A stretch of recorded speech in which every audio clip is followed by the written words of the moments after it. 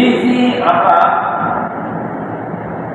রাসূলুর দুরূদ শরীফটা পড়তে আমাদের বখালাতি করি, কৃতজ্ঞতা করি,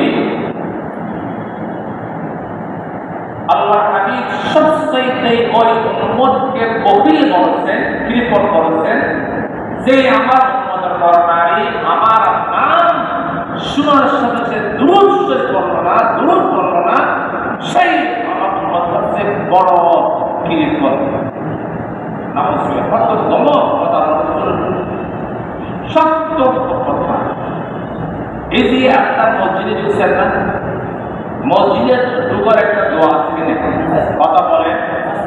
মসজিদে ঢুকার নিয়ম হচ্ছে ডান পা দিয়ে মসজিদে প্রবেশ করা, ঠিক না? সেই ডান পা দিয়ে ঢুকার সাথে সাথে একটা দোয়া লেখা আছে, এটা আপনারা সবাই জানেন, ছোট্ট একটা দোয়া। দোয়াটার নাম আল্লাহ বলেন, আল্লাহ মাফতাহ লি আবওয়াবা। অর্থ জানেন তো? অর্থ হচ্ছে আল্লাহ আমার জন্য রহমতের দরজা খুলিয়ে দাও। সুবহানাল্লাহ। আল্লাহ মাফতাহ লি আবওয়াবা, হে আমার প্রভু, হে আমার আল্লাহ, আমার জন্য রহমতের দরজা ওপেন করে দাও, খুলিয়ে দাও। সুবহানাল্লাহ। তো রহমত হয়, রহমতের দরজা খুলে দিতে বললেন আপনি, রহমতের দরজা খোলার জন্য আল্লাহর কাছে আবেদন করছেন, ও আল্লাহ রহমত দরজা খুলিয়ে দাও। তো রহমত কোথায়? রহমত কোথায় জিনিসটা রাসূল বলে দিয়েছে। কোথায় রহমত বাজার? আমার রাসূল বলেন, আমার কোটি কোটি উম্মতের কারণে যখন জাহান্নামের উপরে একটা ব্রিজ আছে, জাহান্নামের উপরে গেছে, জাহান্নামের উপরে একটা সেতু আছে, ব্রিজ আছে, একটা পোল আছে, বুঝছেন কি কথা? এই সেতুটা হলো জাহান্নামের উপরে। কিসের উপরে? এই সেতুটার নাম কি? নাম কি? বলেছে না, নাম কি? সেই পুরস্কার দিয়ে আল্লাহ রাসূল বলেন, এই পুরস্কার সেতু দিয়ে অনেক অনেক আমার উম্মতের কারণে এই পুরস্কার পার হতে কারণটা মিলে জাহান্নামের মধ্যে পড়ে যাবে। জাহান্নামে জাহান্নাম কি পড়ে যাবে, ফুল সিরাত পার হতে না। এদুল কথা বলছেন। সেই সময় মহাবিপদ, সেখানে কোনো মা, কোনো বাবা, কোনো ছেলে, কোনো মেয়ে, কোনো বন্ধু বান্ধব কেউ পুরস্কার দিয়ে আপনাকে পার করাতে পারবে না। সেই সময় আল্লাহ রাসূল বলেন, তোমরা যদি আমার উপরে যদি দরুদ শরীফ পড়ো, আল্লাহুম্মা সাল্লি আলা সাইয়্যিদিনা মুহাম্মাদিন ওয়া আলা আলি সাইয়্যিদিনা মুহাম্মাদ। আল্লাহুম্মা, সবাই বলেন, আল্লাহুম্মা সাল্লি আলা সাইয়্যিদিনা মুহাম্মাদ ওয়া আলা আলি সাইয়্যিদিনা মুহাম্মাদ। একবার যদি দরুদ শরীফ পড়া হয়, হুজুর বলেন, একবার যদি দরুদ শরীফ আমার উপর করা হয়, আল্লাহ তাআলা যে রহমতের জন্য তুমি আল্লাহর কাছে আবেদন করিলা, মসজিদে ঢোকার সময় রহমতের দরজা খোলার জন্য আবেদন করিলা, সেই আবেদন আমি আল্লাহ কবুল করব। আমার হাবিবের উপর যদি একবার দরুদ শরীফ পড়ো, আমি আল্লাহ তোমার উপর 10টা রহমত নাযিল করিব। সুবহানাল্লাহ। রহমত পাইছেন তো? আল্লাহুম্মা আফতাহ লি আবওয়াবা রাহমাতিক, রহমতের দরজা খুলিয়ে দাও আল্লাহ। সেই রহমত আমার কোথায় নামাজ হবে? যদি আমার রাসূল উপর দরুদ শরীফ পড়া হয়, আওয়াজ করে সুবহানাল্লাহ। একবার যদি দরুদ শরীফ পড়া হয়, আল্লাহ তাআলা বলেন, আমার বন্ধু বড় একবার দরুদ শরীফ পড়ো, আমি আল্লাহ তোমার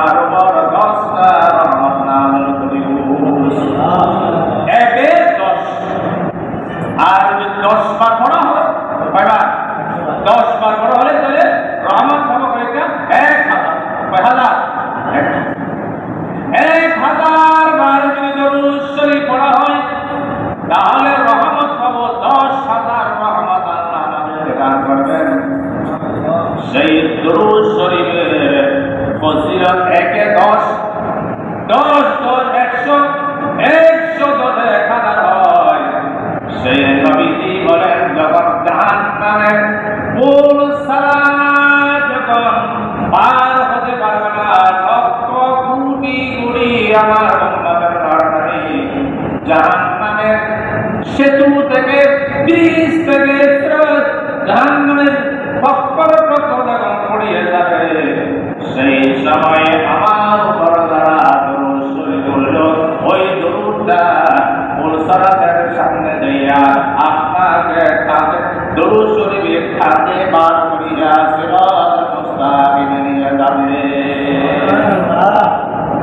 পুলসার তারপরে ঢুকে দরুদ শরীফ, দরুদ শরীফ নবী বলেন, রাসূল বলেন দরুদ শরীফে পুলসারাত দিয়ে কাঁধে জড়িয়ে আপনাকে পুলসার পার করা দেব। আওয়াজ করে বলুন সুবহানাল্লাহ।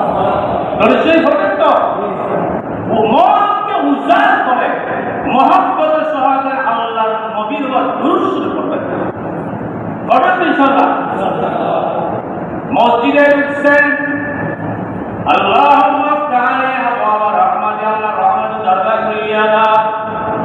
তারপরে 2 রাকাত সালাত আদায় করে, এক গুনার মধ্যে বলে 2 রাকাত সালাত আদায় করে মনে মনে গুনগুন করি আল্লাহর হাবিব দরুদ শরীফ পড়েন। আল্লাহুম্মা সাল্লি আলা সাইয়্যিদিনা মুহাম্মদ ওয়া আলা আলি সাইয়্যিদিনা মুহাম্মদ। এগুলো বলি দরুদ শরীফ পড়েন। পুলসারাতের মধ্যে বিপদের সময় পুলসারাত পাঠ করিয়া দিল এই দরুদ শরীফ।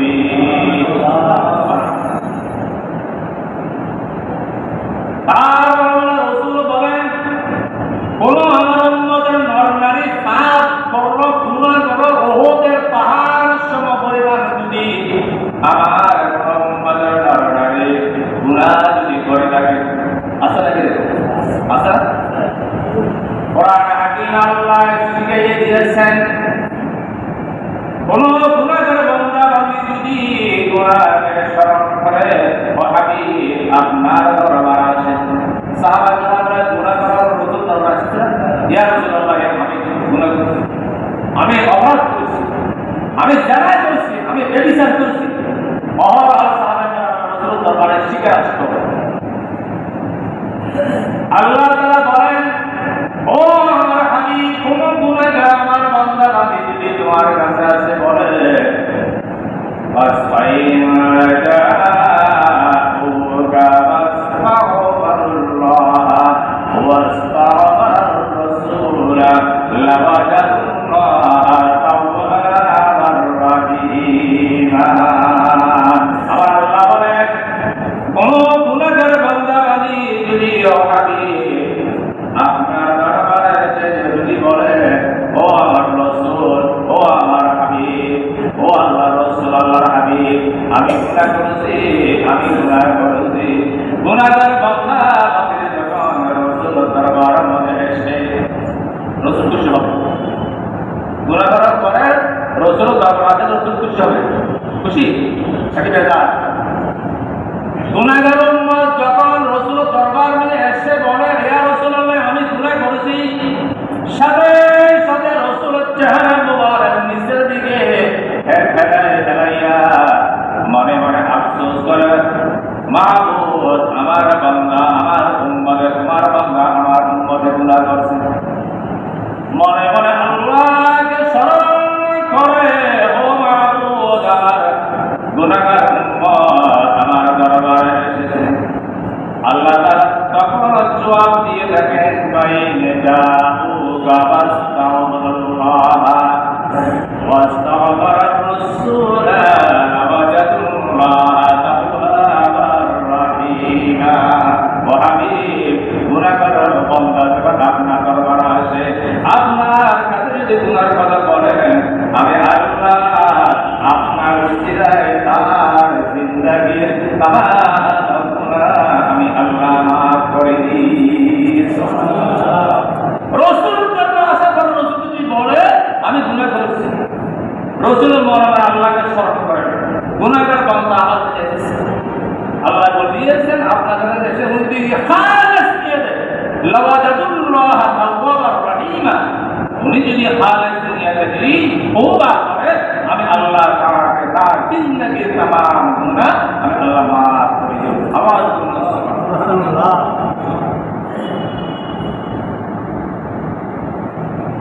আর কি যে কথা রাসূল বলেছেন সেটা হলো কি মুসলমানের পরিচয় কি কথা বল, ইমানদার মুসলিমের পরিচয়, আর মুসলিম ওয়াল কাফির বাইনাল ফারকে সালাত,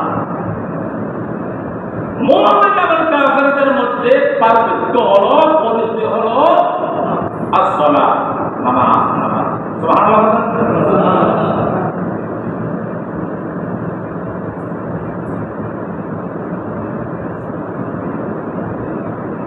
এক মুহাদ্দিস বড় মুহাদ্দিস এতটাকে রয়েছে কেমন বাইনা আল্লাহ দরবারে ওই বান্দারা মুহাদ্দিস উঠলেন, উঠার পরে আল্লাহ জিজ্ঞাসা করলেন বান্দা আমার জন্য কি এনেছো? মুহাদ্দিস বললেন কিচ্ছু আনেনি। কিছু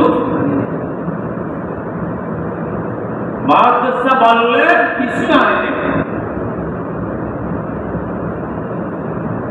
আল্লাহ একটু তার হাত মধ্যে কিছু আনি নেই, আরো আওয়াজ দিয়ে বলতেছেন কিছু।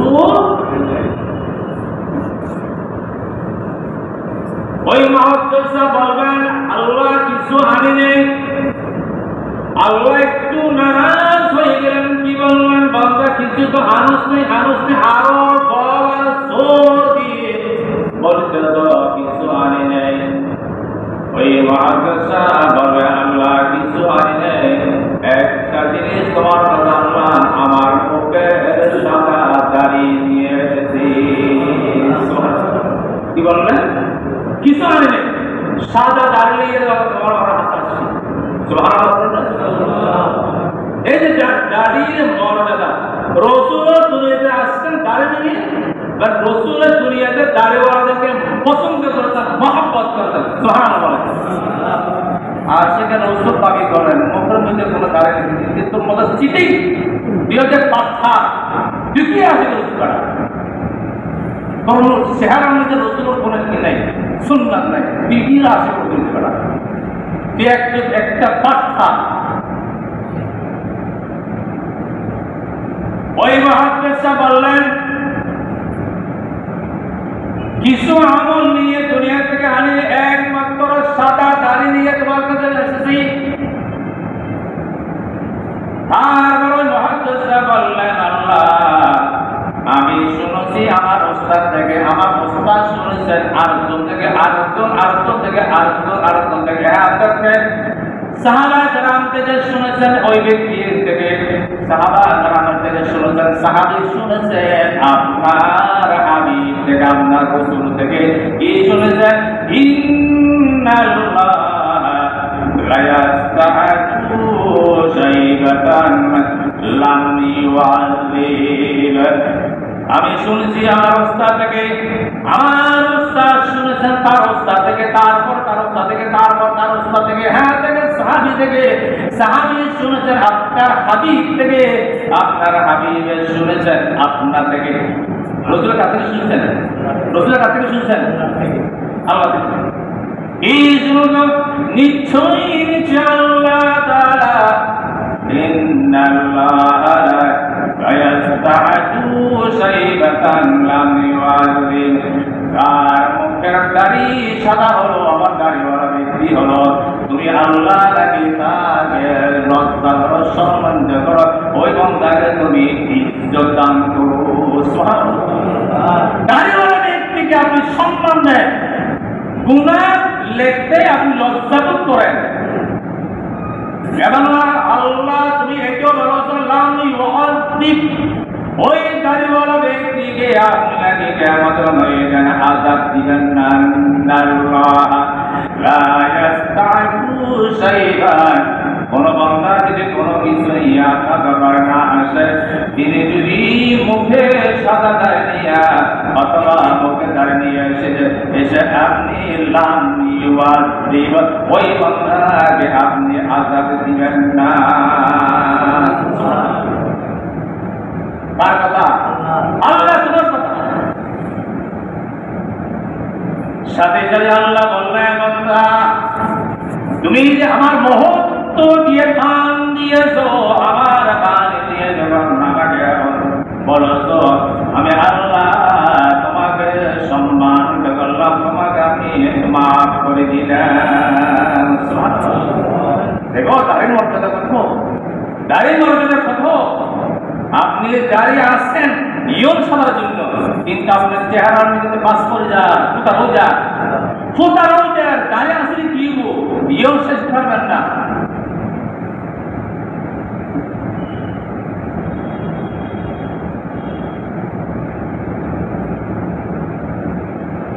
তেষট্টি বছর হায়াতে রাসূল দুনিয়ার জীবনে কত যে অত্যাচার হয়েছেন। আমি এই গল্প বলেছিলাম, মুসলমান এবং কাফের, মুসলমান ইমানদার এবং কাফেরের পার্থক্য হলো আসসালাত। কি কাফের নামাজ পড়ে? কি কর নামাজ পড়ে? রাসূল বলেন মুসলমান ইমানদার তো কাফের দুজনের ভিতরে পার্থক্য হলো আসসালাত, সালাত, নামাজ।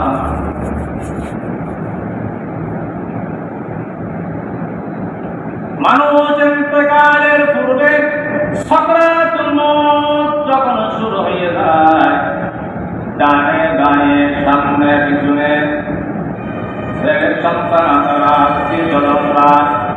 সবাই দরুদ পড়ে ওই অবস্থাতে সাকরাতুল মউত সময় ওই বান্দা কি করে একটা দুইটা ওসিয়ত করে না, ওসিয়ত পর্যন্ত ওসিয়ত করে যায় না। আমার বিল্ডিং এইটা আমার বড় ছেলের জন্য, আমার বিল্ডিং এটা ওইটা ছোট ছেলের জন্য, মার্কেটে এটার জন্য একটা ওসিয়ত করে যায় না। বাড়িয়ে রবিউল সেই কোন একটি বছর বাড়িয়ে রবিউল বিশ্বনবী জনাবে মুহাম্মদ রাসূলুল্লাহ সাল্লাল্লাহু তাআলা আলাইহি ওয়াসাল্লাম দুনিয়া থেকে দুনিয়া দিয়ে গেছেন। যাওয়ার আগে রাসূল কোনো ওসিয়ত করে যান নাই, কোনো টাকা পয়সার ওসিয়ত করে যান নাই, কোনো দৌলতের ওসিয়ত করে যান নাই। একটি একটা কথা উম্মতের কাছে ওসিয়ত করে গেছেন, শুধু একটা কথা রাসূল ওসিয়ত করিয়েছেন, বর্তমান উম্মতের দরকারের জন্য সেটা হলো কি? সেইটা ওসিয়ত হলো আসসালাত, আসসালাত ওয়া মা মালাকাত আইমানুকুম। উম্মতরে কোনো কিছুর ব্যাপারে তোমাদের কাছে ওসিয়ত করি না, একটা ওসিয়ত করি উম্মত তোমরা সালাত, নামাজ নামাজ নামাজ। সুবহানাল্লাহ।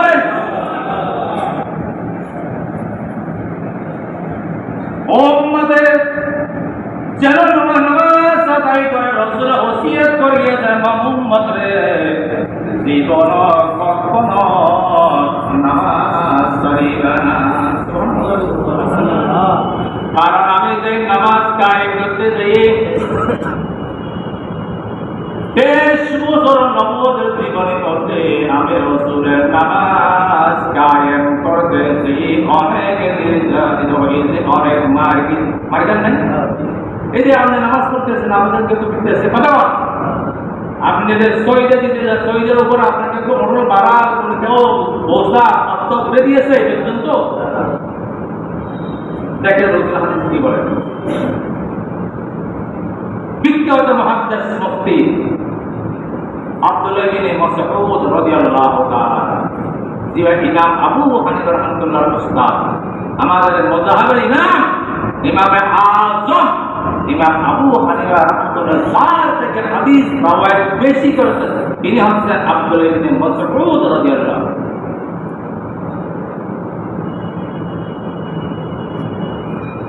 আব্দুল্লাহ ইবনে মাসউদ বলেন আমার রাসূল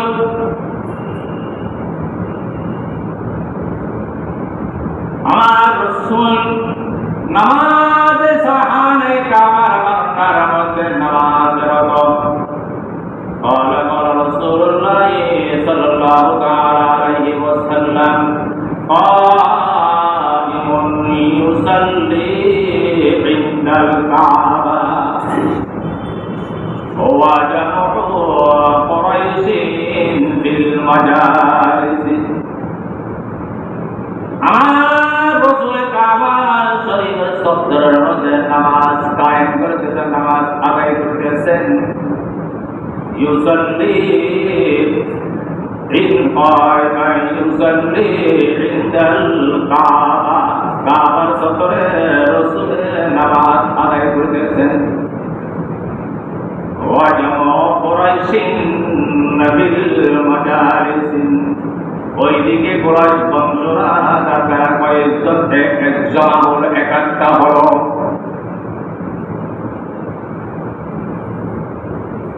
এক কোণার মধ্যে কুরাইশ বংশ হল রাসূলের বংশ, রাসূলের বংশরা এক কোণার মধ্যে জমায়েত হলো। তাদের বিদ্রোহ থেকে তারা বলতেছেন কি ইলা ক্বালা কাইলুম মিনহুম, তাদের ভিতরে একজন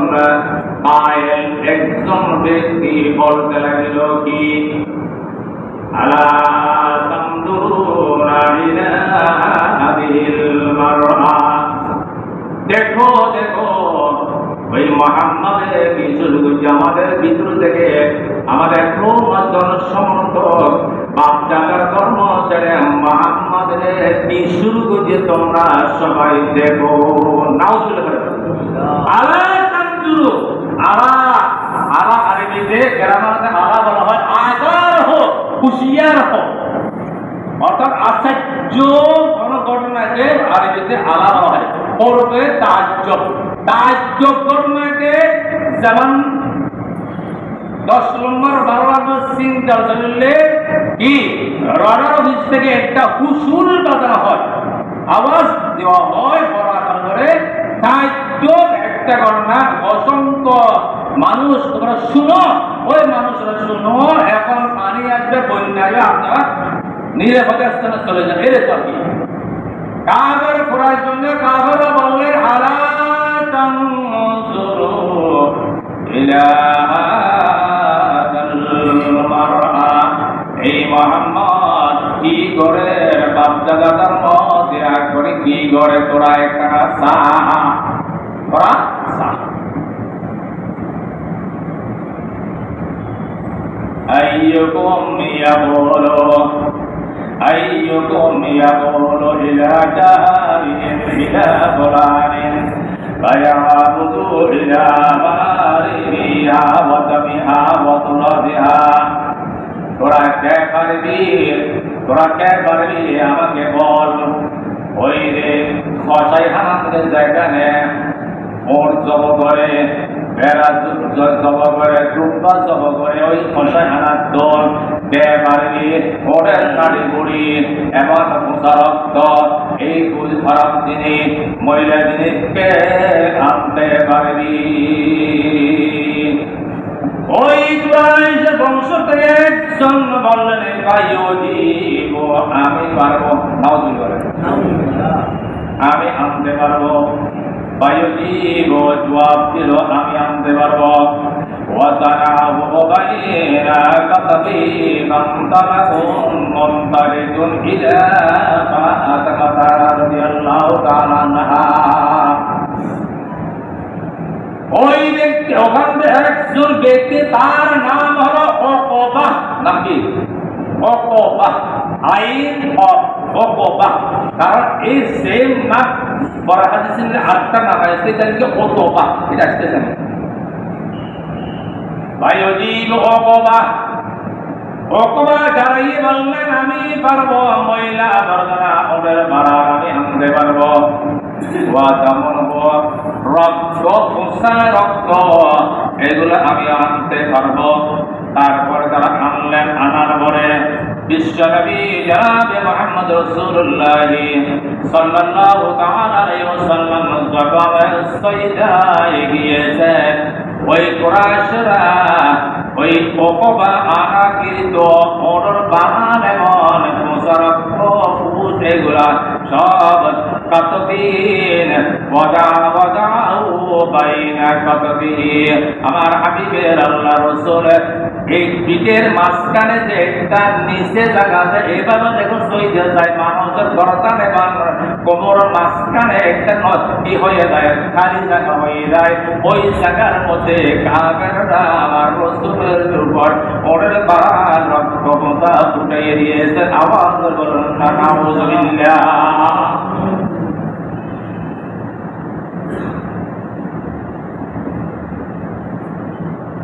লোকে দেখলো রাসূল উপরে অত্যাচার দেখার পরে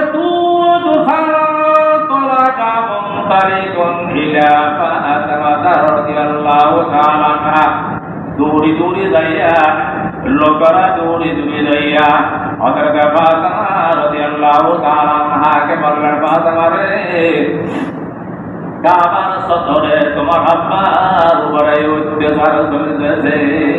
হযরত ফাতিমা ঘর থেকে দৌড়ি দৌড়ি আসিয়া আল্লাহর হাবিবের সয়দা থেকে এত ওজনওয়ালা ওদের বাড়া উড়েতে পারতেছে, এত ভারী এত শক্ত তিনি দিয়েছেন। হযরত ফাতিমা দেখার পরে ওই কাফের মুশরিককে ধাক্কা দিয়ে কি বললেন, আল্লাহর হাবিবের ঘর থেকে ওটল বাড়া তুলে দাঁড়িয়ে দিয়েছেন। আওয়াজ করুন সুবহানাল্লাহ।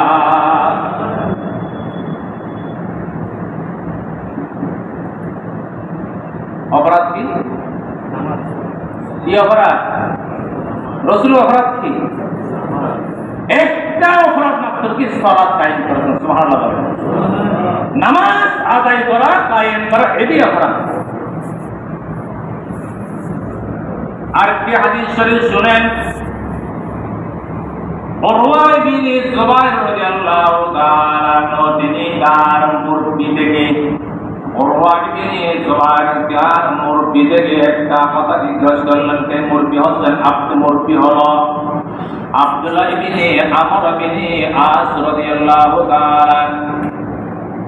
মুরব্বি আমর আব্দুল্লাহ ইবনে আমর ইবনে আসকে জিজ্ঞাসা করলেন, ও শ্রদ্ধেয় মুরব্বি সাহেব, আল্লাহ রাসূলের কিছু কঠিন সময় দিন প্রচার করতে দিয়ে কঠিন সময়ের কথা আমাকে একটু বর্ণনা করুন।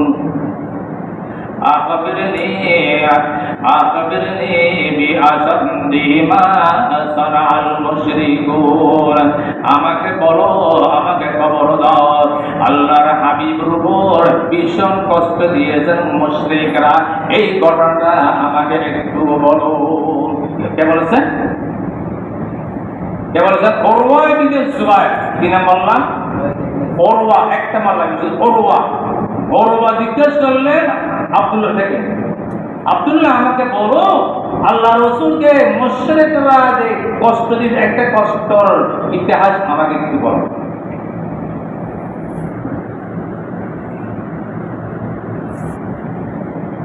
সেই মুহূর্তে আল্লাহ রাসূলের যেদিন রোজ কাবার সদরে আসেন, কাবার সদরে আল্লাহ রাসূল কাবা শরীফের দিকে তাকাই দেন। সুবহানাল্লাহ। 12 তলা বিশিষ্ট 5 স্টার হোটেল, 24 ঘন্টা যদি আপনি দেখেন, একটা দেখিয়েছেন কথা বুঝলেন মনে হয় যে বিল্ডিং তৈরি করা যাবে একবারে মজার জল কি হয়, পাথর দিয়া মার্বেল কথা, যে পাথর দিয়া সেই বাড়ি করছে বাবারে চাইলে চাই দেখতে বলা হয়, এরকম কথা আছে কিনা দেশের মধ্যে? সারা জীবন চাইলো একটা পাবো না, সারা জীবন নিজের ঘর বিল্ডিং এ দেখলিও একটা সোয়া হবে। কিন্তু হারে কাবা যদি আপনি ডেলি যদি একবার শুধু একবার দিনে পরে রাত্রে পরে যদি একবার যদি আপনি হারায় কাবার দিকে যদি তাকান, আল্লাহ হাবিব বলেন তোমার আমল মধ্যে 20টা নেকি আল্লাহ দান করবেন। কয়টা নেকি? খানায় কাবার মধ্যে এমনি গেলি 120টা রহমত আল্লাহ নাযিল করেন। তার মধ্যে একটা হলো শুধু সাইদে অনামন করবে, শুধু খানায় কাবার সাইদে 20টা নেকি। কয়টা নেকি? তাওয়াফ করলে, নামাজ পড়লে, এটা আছে। এটা কার উসিলায়? কথা না, কার উসিলায়? আমার রাসূল তার ঘর থেকে হুজরা থেকে বাহির হয়ে সর্বপ্রথম খানায় কাবার সত্র দিয়ে তাকে কাটতেন। রাসূলের তাকানো জিনিসটা আল্লাহ দরবারে এতটা পছন্দ হয়েছে, আল্লাহ আমার হাবিব যখন আমার ঘরকে এক নজর দেখলো, আমার হাবিবের উম্মতের জন্য আমি 20টা রহমত আমি আল্লাহ নাযিল করে দিয়েছি। সুবহানাল্লাহ। কার উসিলায়? কথা কয় না, রাসূলের সাইজ দেখছেন সেজন্য উম্মতের উপর 20টা রহমত আল্লাহ নাযিল করেন।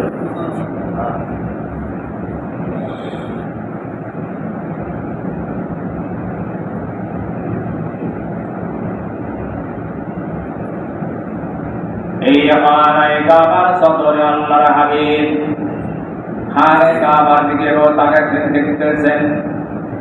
ওই সময় ওই জুবাইর আব্দুল্লাহ জিজ্ঞেস করলেন, রাসূল একটা কঠিন সময় ঘটনা আমাকে বলো। আল্লাহর হাবিব খানায়ে কাবার দিকে তাকাইছেন। সেই সময় ওই উকবা, ওই কি আগের হাবিব, আগের জালটা এই আগে যিনি ওটার বাড়া উঠে দিয়েছেন সেই জালেম উকবা রাসূলকে দেখে কি করলেন? ইন আকাবানা উকবা, রাসূল খানায়ে কাবার দিকে তাকাই দেখতেছেন। উকবা রাসূলের সামনে, আকাবালা উকবা রাসূলের সামনে আসলেন। আসার পর কি করলেন? আকাযা বিমান কিনিন লাহু সাওয়াবাহু বি উনকিহি হলকিহি বিহি হলকা। রাসূল বলেন, উকবা আমার সামনে আসার পরে একটা গামছার মতন কাপড় দিয়া কাপড় দিয়া বি উনকিহি আমার গলার গামছা পেঁচাই দিয়েছেন। কি দিয়েছেন? আমার গলাতে গামছাটা আমার গলার মধ্যে পেঁচাই দিয়েছেন। এমন এমন একটা কাপড় দিয়ে আমার গলাটা সবাইয়ে ধরলেন, টানি ধরলেন। সেই গামছা দিয়ে কাপড় দিয়ে আমার গলাটা তিনি চাপ দিয়েছেন। হলকান সদীরা শক্ত করে বিমাতা টান দিয়েছেন। নাউযুবিল্লাহ। আপনার গলার মধ্যে একটা গামছা বেঁধে গামছার দোনো মাথায় টান দিলে কি অবস্থাটা লাগবে? রাসূল বলেন, হলকান সদীরা শক্ত করে এই গামছাটা টান দিয়েছেন তিনি। সিদ্দিক আকবর রাদিয়াল্লাহু তাআলা আনহু রাসূলের সকল বেলায় খানায়ে কাবার চত্বর আসেন। আবু বকর জানেন, সেই অনুযায়ী আবু বকর কাবার চত্বর আসেন। কাবার চত্বর আসিয়া রাসূলকে গামছা দিয়ে দেয়, উকবা গামছা দিয়ে দেয়, বেলাইয়ের কষ্ট দিতেন। আবু বকর সিদ্দিক দেখলেন, দেখার পর রাসূল কি করলেন? ওই উকবার ধাক্কা দিয়ে গামছা গলা থেকে রাসূল গলা থেকে গামছাটা খুলে ফেললেন। খুলে ফেলার পরে আবু বকর সিদ্দিক বললেন, আতাকাতুলুনা রাজুলান আইয়াকুলা রাব্বিয়াল্লাহ। কি অপরাধ এই লোকটারে তোরা মাঝে দিয়ে মারি ধরতে? কি অপরাধ? এই মানুষটা তো মানুষ, দুনিয়ার মানুষদেরকে রাব্বিয়াল্লাহ আল্লাহ দিকে ডাকে। কি অপরাধ? আতাকাতুলুনা কি রে কতল করো? তোমরা কেমন মানুষ? এই লোকটাকে তোমরা কতল করিতেছ। তিনি আইয়াকুলা রাব্বিয়াল্লাহ ওয়া ক্বাদ জাআকুমুল বায়্যিনাত। তিনি মানুষদেরকে আল্লাহর দিকে ডাকেন এবং তিনি একজন সত্য নবী, তোমাদের কাছে বাইনা ওপেন পরামর্শ তোমাদের কাছে দলিল পেশ করতেছেন। সুবহানাল্লাহ। রাসূলের নবী একটা দলিল দিয়েছে না, কোরআন শরীফ দলিল দিয়েছে না, তোমাদের কাছে প্রকাশ্যটা দলিল পেশ করলো উনিদের রাসূল, উনিদের নবী, এবং তিনি মানুষদেরকে রব্বি আল্লাহ, তিনি তো আল্লাহর দিকে আল্লাহর রবের দিকে মানুষকে ডাকেন না। তাকতুলুনা রাজুলান, কেন তোমরা এই মানুষটাকে কতল করিতেছো? আবু বকর সিদ্দিক রাদিয়াল্লাহু তাআলা মানুষকে ডাকতে বলেছেন। আজকে সারা দুনিয়ার জগৎবাসীরা যারা এই দ্বীনের দাওয়াত দিতে গিয়ে দ্বীন আল্লাহর দ্বীন কায়েম করতে গিয়ে সারা বিশ্বের মজলুম মুসলমানদেরকে পর্যন্ত হযরতে মালিক রাদিয়াল্লাহু তাআলা আনহুকে 20 বছর করার কারণ অপরাধে 28 দিন পর্যন্ত তার 2 হাত পিছনে বাঁধে রাখলেন। কয়দিন? পিছনে শক্ত করে বাঁধে রাখলেন, তাকে 28 দিন। অপরাধ কি? উনি 3 বছর। তাহলে বুঝে গেল 3 বছর যদি করতে চান তাহলে আপনাকে জলমর শিকার করতেই হবে। এই জলমর শিকারের মাধ্যমে আল্লাহ তাআলা একদিন দিন কায়েম করবেন। আওয়াজ করে সুবহানাল্লাহ। আল্লাহ সুবহানাহু ওয়া তাআলা আমাদের সকলকে রাসূলের আদর্শ, রাসূলের 63 বছর তথা 23 বছর যিনি খাতমত করে গিয়েছেন, কি আখিরাত, আমি আবার বলি, তিনি কি দুনিয়াতে ওসিয়ত করে গিয়েছেন, উম্মতের কাছে কি দায়িত্ব দিয়েছেন, কি দিয়েছেন? কোনো ওসিয়ত করেন নাই। টাকার জন্য ওসিয়ত করেন নাই, মালের জন্য ওসিয়ত করেন নাই, বউয়ের জন্য ওসিয়ত করেন নাই। একমাত্র উম্মতকে ওসিয়ত করে গিয়েছেন, উম্মতকে ওসিয়ত করেন শুধু আসসালাত আসসালাত আসসালাত আসসালাত ওয়া মা মালাকাত আইমানুকুম। উম্মতরে তোমরা নামাজ পড়িবা, নামাজ পড়িবা, নামাজ পড়িবা, সালাত আদায় করিবা। এই ওসিয়তটা তোমাদের কাছে রাখি আমি রাসূল দুনিয়া থেকে বিদায় নিচ্ছি। ঠিক না? নামাজ পড়বেন ইনশাআল্লাহ, পড়বেন নামাজ, লাভ খা নামাজ পড়ে খাল্লা। আল্লাহ পাক সুবহানাহু ওয়া তাআলা সকলকে 5 ওয়াক্ত নামাজ যথাসময় আদায় করার জন্য তৌফিক দান করুন। সবাই বলুন আমিন। ওয়া আলহামদুলিল্লাহ। আসসালামু আলাইকুম।